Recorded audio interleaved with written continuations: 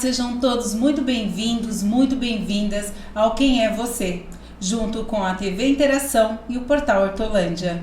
Hoje recebemos Paola Miguel. Paola, seja muito bem-vinda, é uma honra recebê-la aqui conosco.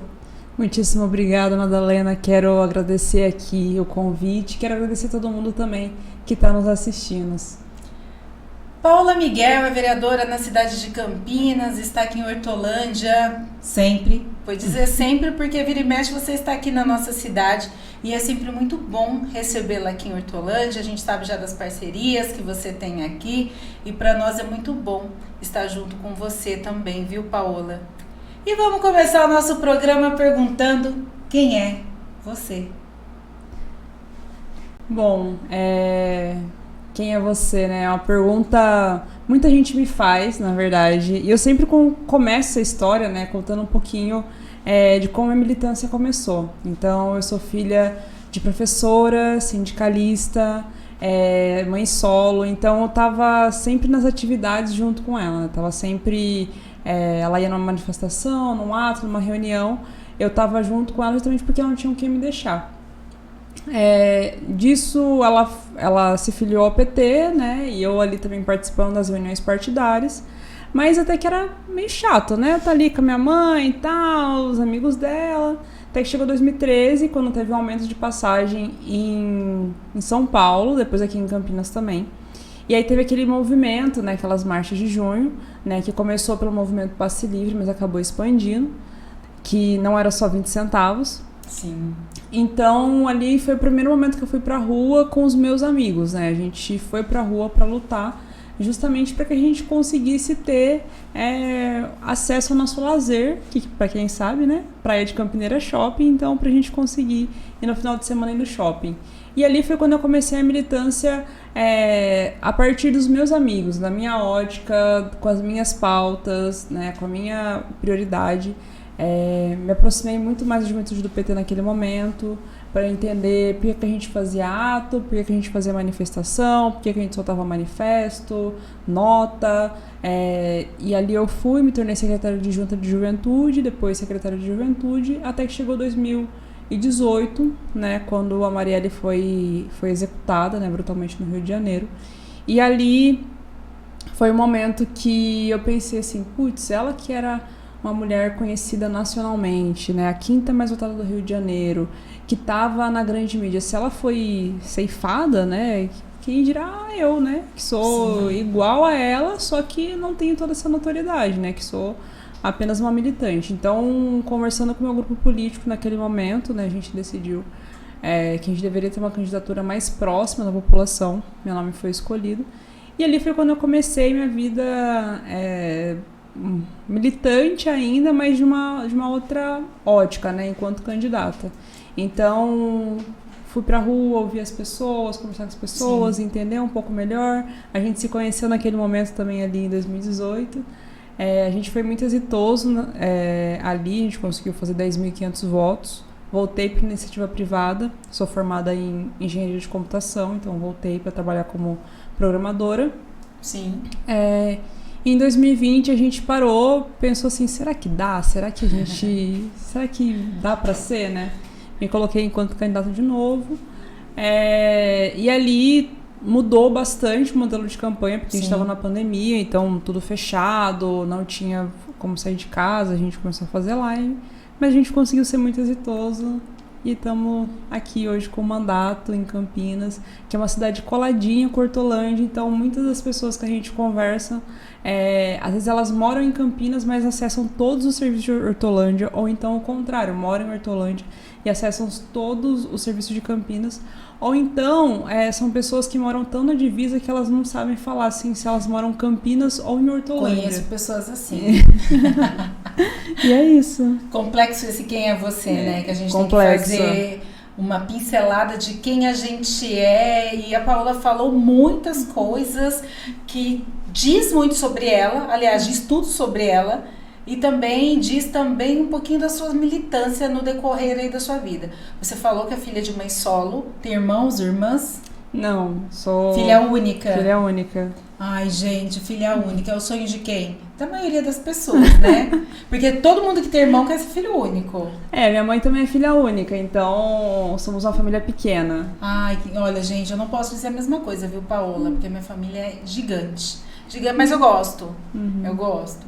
Então, esse negócio de ser filha única também é muito bom e muito solitário também, né? Exatamente. Grandes festas, né? Que estão assim, eu vou ver a família, vou reunir. A gente não tinha isso, né? Eu tenho isso com os meus amigos, mas não com a minha família mesmo. Mas vê o lado bom, você também pode escolher os seus irmãos do coração. Sim, Quem você quer estar do lado, porque às vezes nem sempre é só sobre o sangue da família, né? É só sobre o biológico. A gente também pode escolher as pessoas que a gente quer estar próximo, que a gente deseja estar próximo, compartilhando as nossas vidas. E, às vezes, um externo, que não faz parte ali dos laços sanguíneos, acaba sendo até muito mais próximo do que quem é fisiologicamente aí parente. Sem dúvidas. Paola, você fez faculdade, você contou aqui pra gente um pouquinho, mas você fez faculdade do quê? Você chegou a atuar?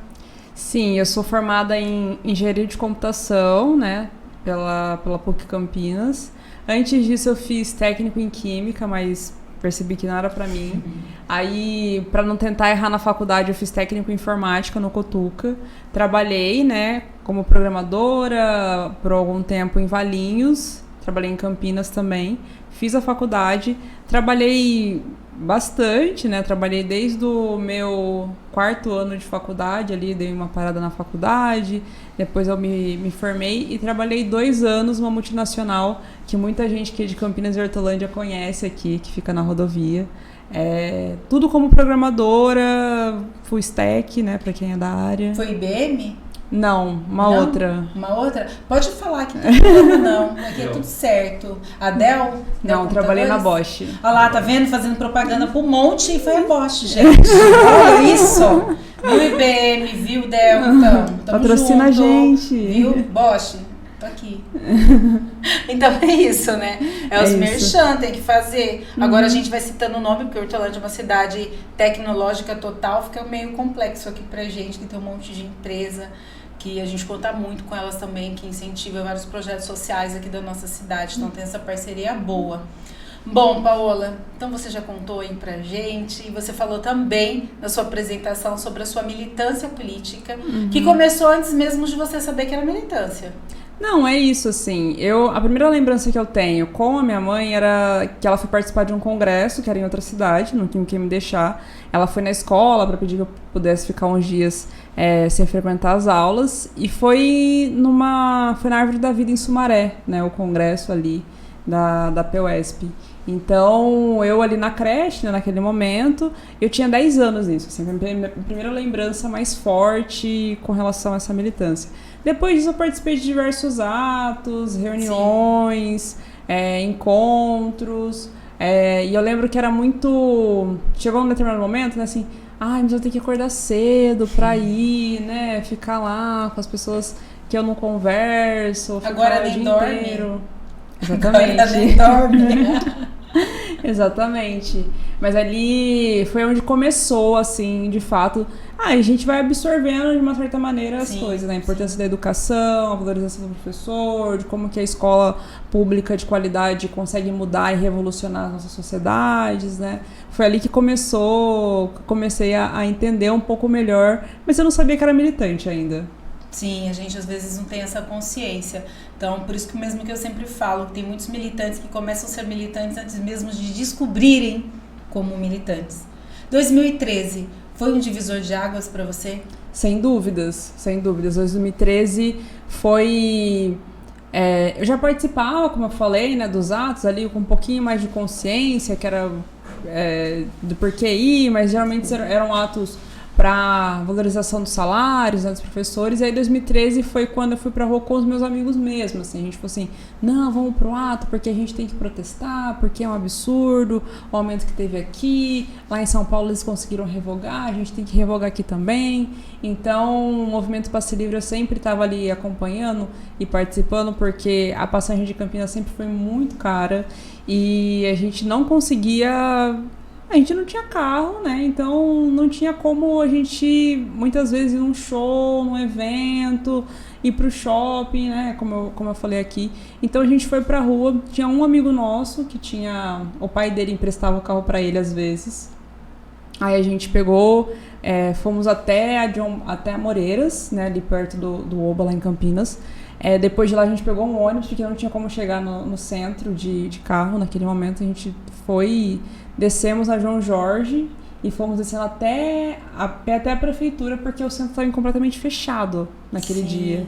Porque as lojas fecharam às 4 horas da tarde, né? Então estava fechado e muita gente na rua, assim, muita gente. Foi o maior ato que eu participei, que eu presenciei em Campinas naquele momento, assim. Então... E a gente conseguiu revogar a passagem, né? E aí foi aquela sensação do tipo, a gente consegue, a gente tem que se unir e tudo mais. Eu lembro que um dos lemas dessa manifestação era o Gigante Acordou, né? Então, ele tava ali super revolucionário, assim, querendo acontecer. E aí eu conheci, né, os meus amigos, que são amigos até hoje, no PT. Tinha um amigo meu que, na verdade, ele tinha estudado no Fundamental comigo, tinha se filiado ao PT e estava participando das reuniões. Falou assim, não, Paulo, agora que você foi no ato, vem com a gente aqui participar, aquela coisa assim, vem com a gente, é só uma reuniãozinha. E ali eu fiquei, né, e hoje atuo, ele está comigo ainda, no mandato. E hoje, mas eu atuo mais do que ele, assim, né? Às vezes eu falo assim, vamos pra ato, vamos pra aquilo. Ele fala assim, nossa, mas é final de semana, eu preciso ter meu lazer também. Então as coisas mudaram um pouquinho, mas foi o divisor de águas, assim, foi onde, de fato, dali pra frente eu comecei a me entender como uma militante, como agente político que dava para transformar a sociedade. Sim, também acho que o último ato, fora 2013, foi lá no Fora Collor, né? Talvez por isso o Gigante acordou e a juventude na rua. A juventude, quando ela se junta, quando ela quer algo, não tem como não ser revolucionário, não tem como não ser transformador. A juventude, se tivesse a consciência da potência que ela tem quando se junta, esse país estremeceria a cada dia, porque a juventude de fato é transformadora. E é importante quando você fala, nossa, eu cheguei, vi aquele ato, estava participando, gostei, fui numa reunião até sem pretensão alguma. E, no entanto, essa reunião faz parte da sua formação como militante, da sua formação como pessoa política hoje na nossa cidade, e isso é muito bom e ajuda a transformar, porque você aprendeu na prática, através dos atos, que vocês, quando querem, as pessoas, quando querem, elas movem montanhas.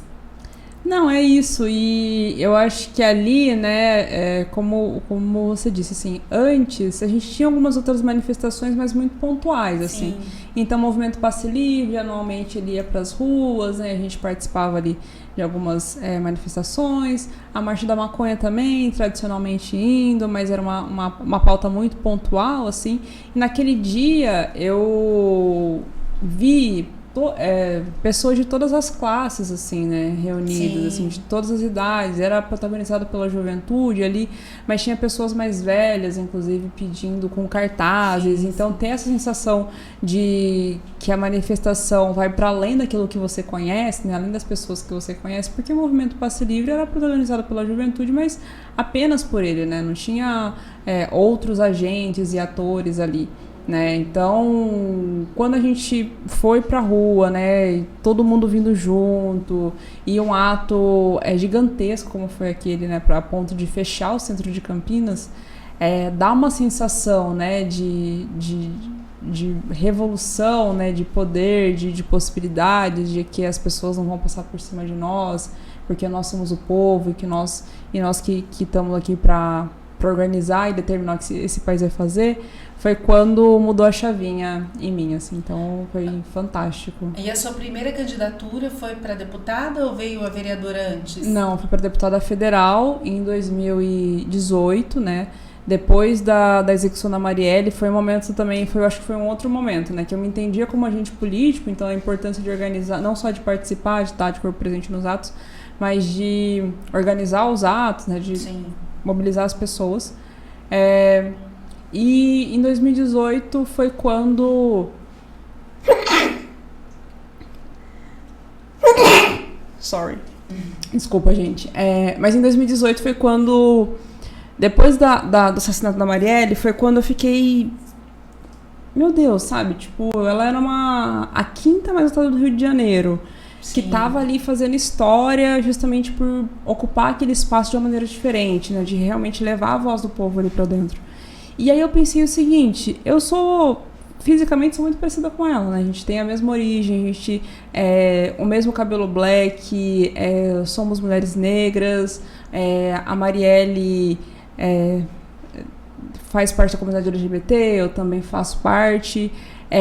E aí você entender que ela foi simplesmente executada e que não tinha resposta para aquilo, além de ter me lembrado do Toninho aqui em Campinas, né? Me fez lembrar todos os dias quando a população negra é assassinada, assim, ela simplesmente era mais uma, né?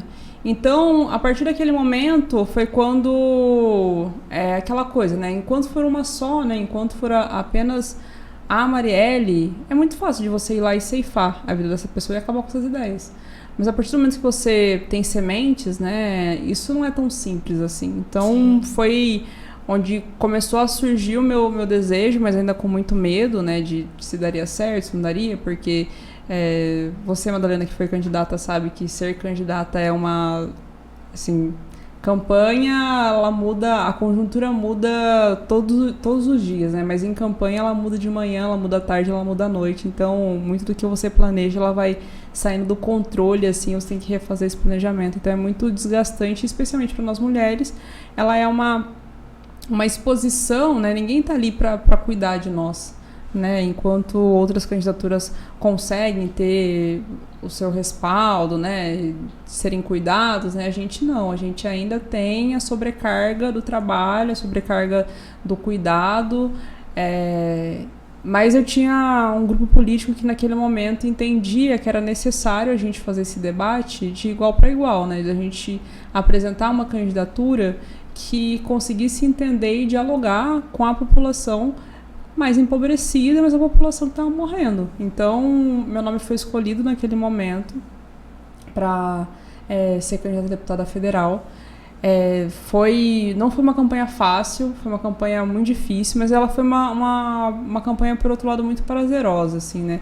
De poder ouvir as pessoas, entender um pouco melhor, de saber o que elas gostavam da política, o que não gostavam, quais Sim. as propostas que a gente poderia construir para mudar a vida das pessoas também, como que elas entendiam, né, qual era o papel dos deputados e das deputadas naquele momento, né, e até mesmo ter uma visão da conjuntura nacional para além dos nossos companheiros e companheiras de partido, né? Sim. Que eu acho que isso foi fundamental e muito enriquecedor, assim, eu saí uma outra pessoa, assim, da Sim, campanha. Foi um momento, assim, muito especial em 2018, quando a Marielle foi executada.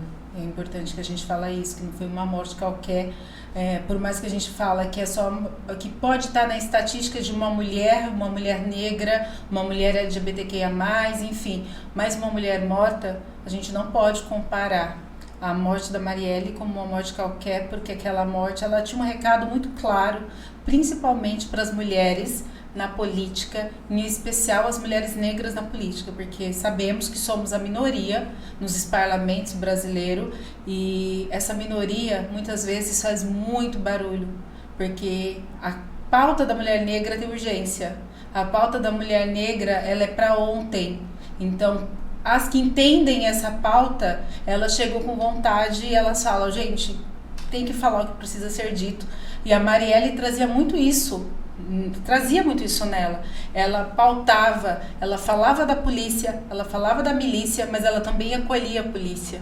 Ela falava do jovem da periferia e acolhia a mãe desse jovem da periferia que faleceu. Inclusive, antecedendo a morte dela, uns dias antes, ela estava justamente denunciando várias coisas que estavam acontecendo com a milícia do Rio de Janeiro, enfim. E isso foi muito pesado.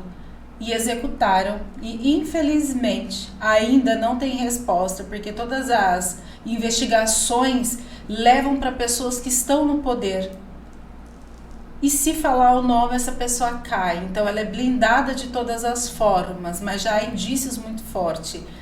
E quando você traz que a sua candidatura foi uma das candidaturas que surgiram em 2018, decorrente à morte dela, foi uma explosão que teve no país, onde muitas mulheres negras saíram candidatas, muitas delas movidas também pelo sentimento Marielle, que se tornou uma semente, e tiveram muitas sementes eleitas por esse país afora. Mulheres potentes como você, como a Renata no Rio de Janeiro, como a Daniele no Rio de Janeiro. A gente tem em São Paulo Mônica, e a gente tem espalhado aí no Brasil afora muitas e muitas mulheres que são sementes de Marielle. Tem o Instituto agora da Marielle Franco, que é importante falar para você, mulher preta que quer sair candidata, procura aí Instituto Marielle Franco e vai lá fazer seus cursos, aprender para poder defender as pautas e o legado de Marielle. Então é muito bacana, Paula, e eu fico muito feliz de saber que você também é uma semente da Mari. Eu fico feliz de saber que você também carrega aí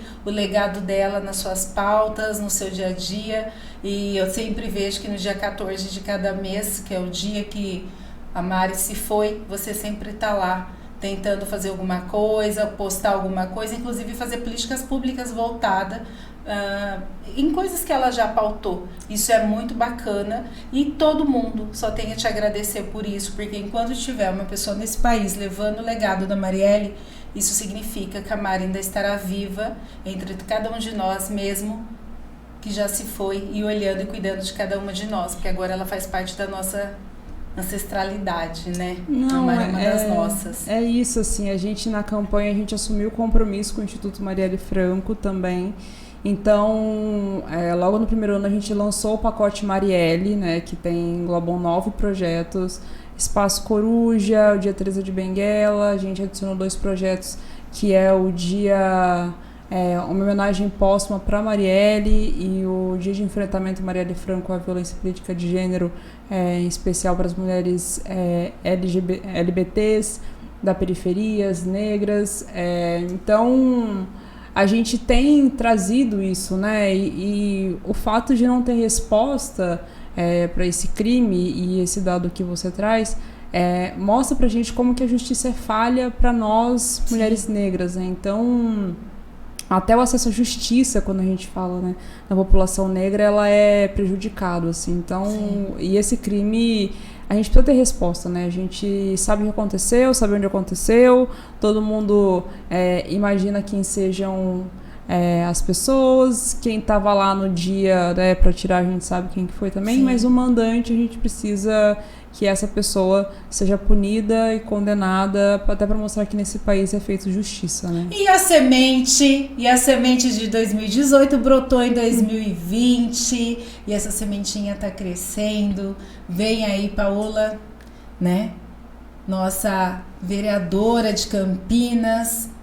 Ainda não está dando muitos frutos, porque ainda não terminou esse mandato, mas já tem uns frutinhos aí saindo, que são vários projetos que a gente viu.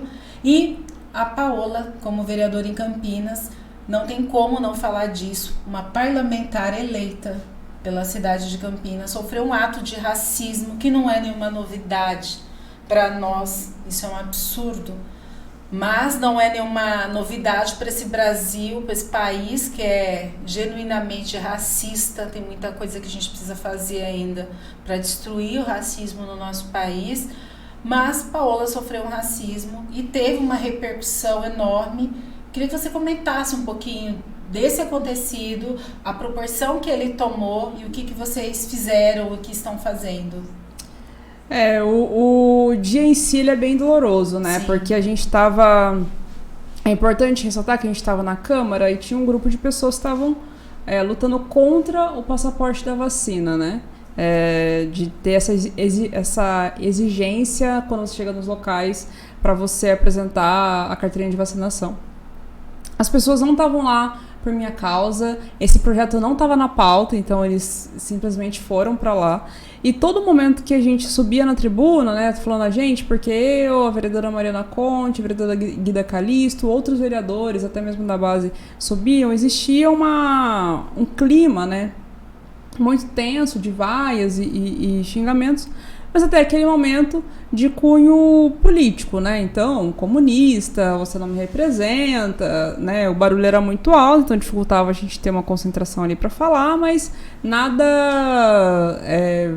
mas tudo ainda dentro do campo político. Quando eu subo para falar sobre o Conselho da Comunidade Negra, que foi a terceira vez que eu subi, eu já logo no começo eu percebo que mudou o tom. Então, né, a primeira coisa que eu ouço é mimimi.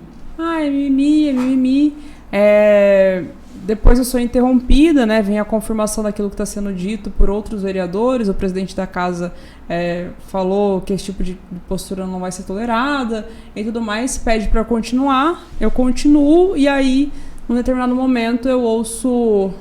isso é liberdade de expressão. Então, né, depois disso, 2 outros vereadores sobem até a tribuna em minha defesa. Quando um deles desce, tem um confronto físico com outro vereador, sessão interrompida, a gente conversa com o chefe da segurança, comandante da guarda, e o que é pedido para que a gente acalme os ânimos, né, ali na sessão, a gente retorna.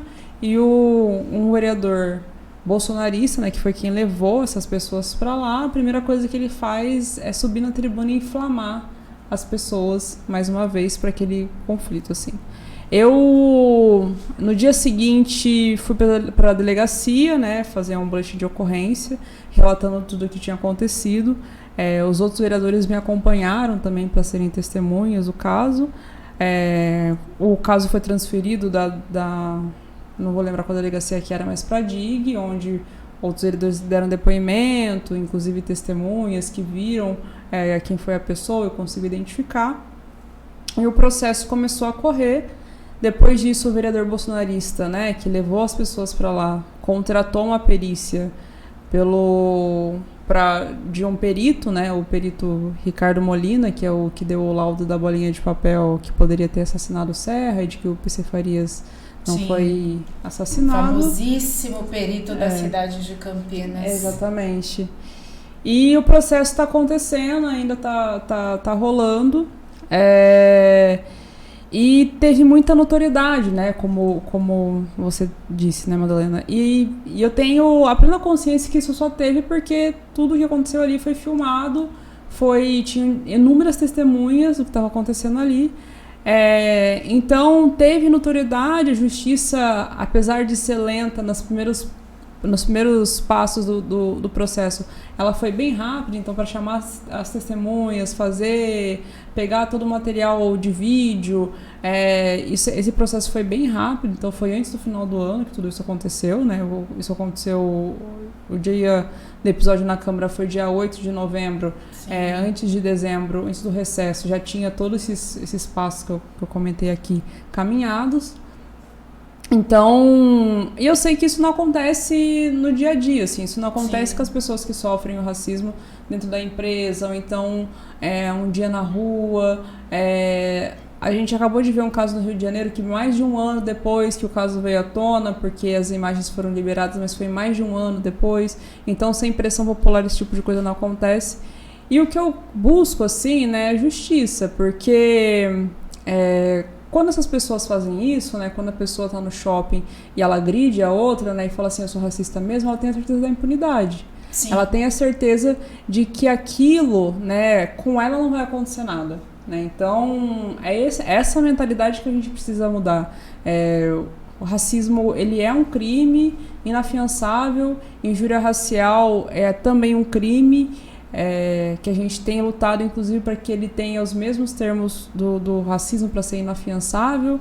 E as pessoas precisam entender que ofender as outras pela cor da pele, gênero, orientação sexual, ou pelo local onde mora, ou por qualquer outra coisa, qualquer outra discriminação, isso não pode acontecer, isso não é permissível, né? Isso não é uma possibilidade. Então, tenho buscado aí, tenho advogadas, né? Faço terapia também para poder lidar com tudo isso. E tenho buscado justiça para que a gente consiga dar a resposta de que Campinas, apesar de ter sido uma das últimas cidades, né, a libertar o povo negro escravizado, agora ela está indo no sentido contrário de mostrar, né, para essa população que a gente também sim pode ter voz e vez na cidade onde a gente nasceu, cresceu, a cidade onde a gente mora. E eu preciso fazer uma menção aqui ao Centro de Referência de Combate à Intolerância, de Combate à Racismo e Intolerância Religiosa de Campinas, que foi muito parceiro e conseguiu me dar ali um alento também enquanto esse processo estava acontecendo. Que bom, Paola, que não soltaram a sua mão, porque os poucos órgãos que a gente tem, que está junto com a gente, é maravilhoso quando a gente sabe que realmente esteve naquele momento X que a gente mais precisou, porque às vezes a gente tem certos departamentos que está ali no nome e na hora de prestar auxílio, na hora de prestar toda a ajuda possível, lavam as mãos. Então, pelo menos isso. Que bom que o órgão de Campinas está funcionando, que te deu as mãos e te acompanhou, assim como eu vi que teve outros vereadores que estiveram junto com você lá para lavrar o boletim de ocorrência, enfim. Só uma curiosidade mesmo. Acredito eu que tenha sido uma quebra de decoro aí do vereador. Pediram a cassação dele, não pediram? Como é que tá isso? Sim, teve uma CP, né, uma comissão processante que foi aberta na Câmara, pelo fato desse confronto físico que teve com outro vereador. Mas o Código de Ética da Câmara, ele não tem medidas... não tem uma suspensão, assim, não tem medida paliativa. Ou você deixa o vereador com o mandato, ou você caça o mandato dele. Então, os outros vereadores entenderam que isso era uma medida muito agressiva para aquilo que tinha acontecido. Eu fico louca com esses tipos de medidas que as pessoas julgam agressivo. Porque não tem pesos e medidas. Os pesos e as medidas sempre são diferentes. E o que eu percebo, que quando esses pesos e a medida é referente à negritude, o causador vai ser sempre menor. É impressionante como isso se repete em várias etapas da sociedade. Quem agride, o peso deles é sempre menor, porque não consegue ver os danos que causam. Eu falo que quem pode sentir a dor do negro é somente o negro. É a negritude que sente aquela dor. Porque não adianta. É impressionante, gente. Eu fico revoltada, porque toda vez que eu escuto vários relatos diferentes, aí quando você vai falar sobre... O que te falam? Não, mas isso não foi tão grave. Não precisava ter sido assim. Não foi tudo isso. As pessoas medem a dor do outro pela régua delas. Que claro que não chega nem 1 milímetro daquilo que a gente está sentindo. Eu acho isso uma pena acontecer no nosso país, ainda hoje. Nesse país que a gente vive, que é tão desigual, inclusive na forma de justiça. É muito triste. Mas que bom que você está se levantando, que você está tendo a oportunidade de procurar uma terapia, de estar se calçando sobre isso, porque é necessário. Até porque, Paola, tem muitos de nós que precisamos de você. Então, a gente precisa que você esteja forte, para que você consiga e continue levando a nossa bandeira. Não, e muita gente me mandou mensagem, né, falando assim, eu não tive a força que você teve para dar continuidade, ou então eu não fui buscar os caminhos, né, porque eu não tive esse respaldo. Então, isso me dá muita força para continuar. Sim. E a certeza de que estou no caminho certo de buscar justiça, porque essa justiça não é só para mim, né? Sim. E as pessoas têm que... desculpa. Imagina, pode falar. E as pessoas têm que entender e se acostumarem que vai ter mulher preta assim no poder, vai ter mulher preta assim nos parlamentos. Campinas é tão antiga, tem mais de 400 anos aí. E a gente pega a história de Campinas até hoje, teve só 3 vereadoras mulheres, 3. Eu não me recordo da primeira. Sou amiga da segunda vereadora, Maria José, que também era do PT. Sim. Era ou é do PT, eu não sei. Eu acho que ela está no PT ainda. E você, que eu tenho a honra de estar aqui, dividindo essa conversa, essa entrevista. E a gente precisa de mais mulheres negras, de mais mulheres. Gente, quando eu falo a gente precisa de mais mulheres, as pessoas acham, ela apoia todas as mulheres no poder. Não é bem assim, não. Amada apoia, sim, mulheres no poder, mas quais? Mulheres comprometidas com as lutas sociais, mulheres comprometidas com a vida do outro, mulheres de luta. Uma qualquer que vem aí de gerações de política, essa eu não defendo, não. Mesmo que falar que é boa, não sei, não, tem minhas dúvidas. Então, a gente precisa de mais mulheres potentes, assim como você, nos parlamentos. E que bom, que siga em frente e que essa sementinha que já brotou continue a crescer, a crescer e a crescer, tá bom? E Paola Miguel agora em 2022 está como pré-candidata a deputada estadual. Conta pra gente esse desafio novo.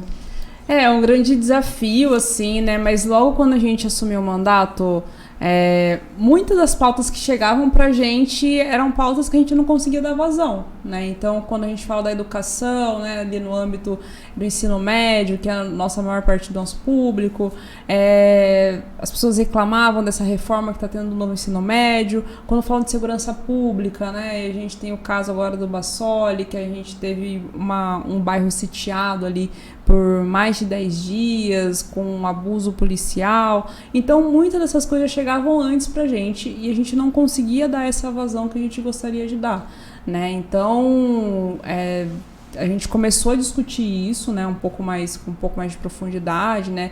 E aí, será que é melhor a gente repetir o pleito para federal, igual foi em 2018? Será que não? É melhor a gente ir para estadual?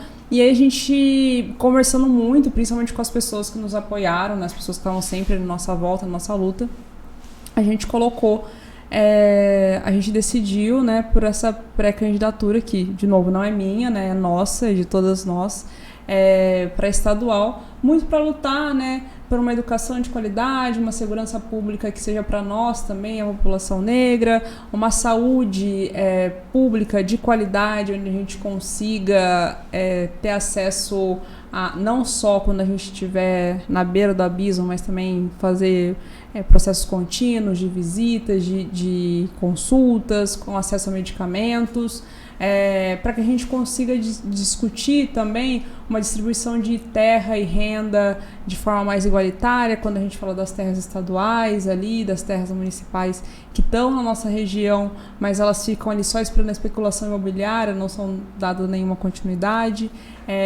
para defender o povo preto da periferia, as mulheres, a juventude, a população LGBTQIA+, e todas as pautas estruturantes da nossa sociedade que estão sendo oprimidas ali diariamente. Gente, vocês prestaram atenção na quantidade de pautas que a Paola tem? Eu falo com o corpo preto, Paola, quando tem a oportunidade de estar nos espaços de decisões, não dá para carregar uma bandeira só. A gente não tem o direito de carregar uma bandeira só porque a gente é o sonho dos nossos ancestrais, que lutaram muito. Aí se vê a gente ali, que tá vendo de algum ponto aí do universo, de outra dimensão, enfim, tá vendo. E vê tu com a bandeirinha, gente, ele fica com vergonha. Então a gente é o sonho deles e a gente tem realmente, de fato, que carregar essas bandeiras e com toda a força que vem do alto, de não sei do que você acredita, mas que vem do universo aí, para que a gente possa estar carregando. Te desejo toda a sorte aí nessa nova etapa de pré-candidatura, que dê tudo certo, que você venha de fato na hora certa a ser oficialmente uma candidata e, claro, por que não, eleita nossa deputada estadual e que vem aqui depois contar pra gente como tá sendo a experiência e os desafios que com certeza já são gigantes, vai ser maior ainda. E a gente tá chegando ao fim, minha querida. Preciso perguntar mais uma coisinha e depois já aproveita e deixa as redes sociais. O que é que move Paola na política? O que me move... Olha, eu acho que existe hoje uma diferença, uma desigualdade social muito grande, né, entre as pessoas. Eu costumo dizer que durante a pandemia, né, eu trabalhei durante a pandemia toda. E o que me permitiu ter isso, né, ter a carteira assinada, inclusive estar de home office, foi justamente eu ter uma formação, eu ter uma educação, né, eu ser formada em engenharia de computação, que várias das pessoas não tiveram oportunidade. Então, essa volta nossa para o mapa da fome, sim, essa volta das taxas altas de desemprego, o salário mínimo que agora você não consegue fazer a compra do mês e pagar as contas, acho que é isso que tem me movido para conseguir buscar melhorias para uma sociedade diferente, uma sociedade onde sim, todo mundo consiga ter 3 alimentações por dia, onde a gente consiga voltar a sonhar com a universidade, onde a gente possa lá falar assim, eu não gosto dessa empresa aqui, eu quero trocar aí para essa, porque existe muitas vagas no mercado. E acho que a partir disso, né, que a gente pode começar a construir e mudar a nossa sociedade,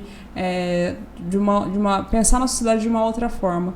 E também para que a gente consiga diminuir as desigualdades quando a gente fala de raça e classe e gênero, que tem cada vez mais se aprofundado aí, parece que as pessoas estão muito mais preconceituosas, mas a gente sabe que não é isso, né? A gente sabe que existe um governo, um desgoverno, genocida, que fez essas pessoas, né, que já eram racistas, que eram fascistas, que saírem do armário e agora não ter medo de ir pra rua e mostrar os seus preconceitos e cometer os seus crimes, porque é isso que elas fazem todos os dias. Aproveitando que você já falou um pouquinho do governo federal, antes da gente finalizar, de você passar as suas redes, eu gostaria que você falasse 2 pontos pra gente. O primeiro deles é: defina o que você acha, o que você pensa sobre o governo federal e quem lidera ele, claro, o presidente da República.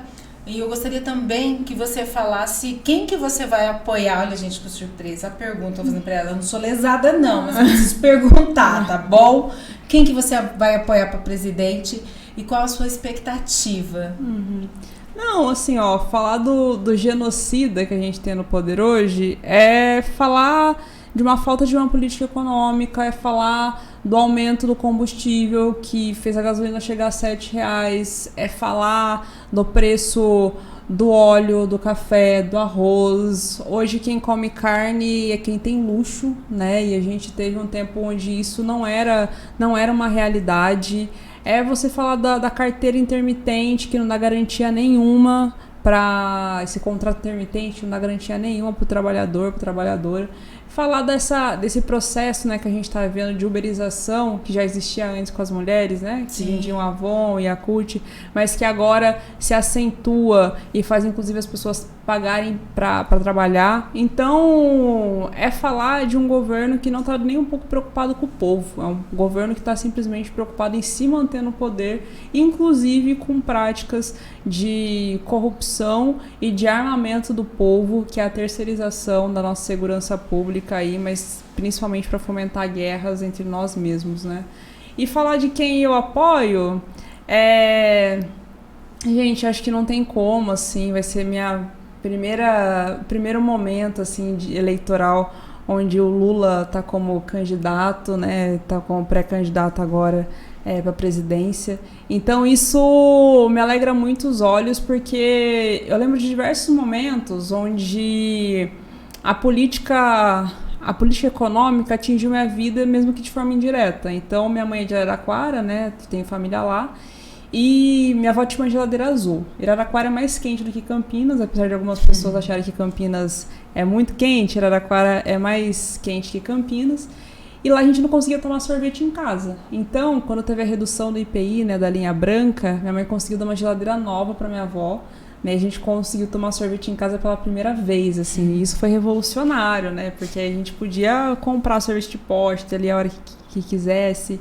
Então, esse ano eu sou Lula, porque eu acredito que a gente precisa olhar para o povo de novo, voltar a pensar nas universidades, voltar a pensar a educação como sendo o centro da nossa construção, do nosso debate. A gente precisa lembrar também que nosso ministro da Educação, Fernando Haddad, vai estar como pré-candidato a governador. Então, é trazer, né, para o centro o debate da educação, da saúde, a gente poder sonhar com o Brasil melhor, né, com programas como ProUni, FIES, Minha Casa Minha Vida, Brasil Sorridente, Luz para Todos e diversos outros programas sociais que vão ter que ser criados justamente para que a gente consiga sair desse abismo que a gente acabou entrando, né? Então, esse ano eu sou Lula, com todas as forças e com muito vermelho, para mostrar que quem já mudou a vida do povo uma vez, né, 2 vezes ali nos seus governos, pode fazer de novo agora. E ele vai ter que reconstruir. Ele vai ter que reconstruir muita coisa, né? Então, a começar do salário mínimo, que não está valendo mais nada, passando ali pela pobreza, pela extrema pobreza. Sim. E pela fome, a taxa alta de desemprego e também pela educação, né, que quando ele saiu ali tinha diversos programas sociais que incentivavam o negro, a periferia, as mulheres a voltarem a ter a sua educação, e hoje a gente inclusive vê a dificuldade da manutenção das universidades e a dificuldade da manutenção muitas vezes no ensino médio e fundamental, que existe a evasão escolar muito alta para conseguir colocar comida em casa. Então, Lula vai ter muito trabalho aí para reconstruir o Brasil, né, para conseguir colocar a gente nos eixos de novo. Mas eu tenho muita esperança de que a gente vai conseguir fazer isso. Eu tava esperando você falar que você tem muita esperança que o Brasil vai voltar a sorrir de novo. Gente, eu falei isso porque ela vive falando essa frase, sabe? Então eu só tô parafraseando a própria Paola Miguel. Paola, deixa suas redes sociais. Sim, para quem quiser me acompanhar, ver um pouquinho mais o que a gente está fazendo, a gente está no TikTok, no Twitter, no Instagram, no Facebook. A gente faz dancinha, fazemos sim. Essa juventude, meu Deus! A gente faz filtro também. Em todas as redes sociais é @vaipaola com 2 L's. @vaipaola com 2 L's. E lá você encontra o nosso WhatsApp, as nossas outras redes. E também pode entrar em contato conosco aí para dar sugestões, dúvidas, sugestões, críticas.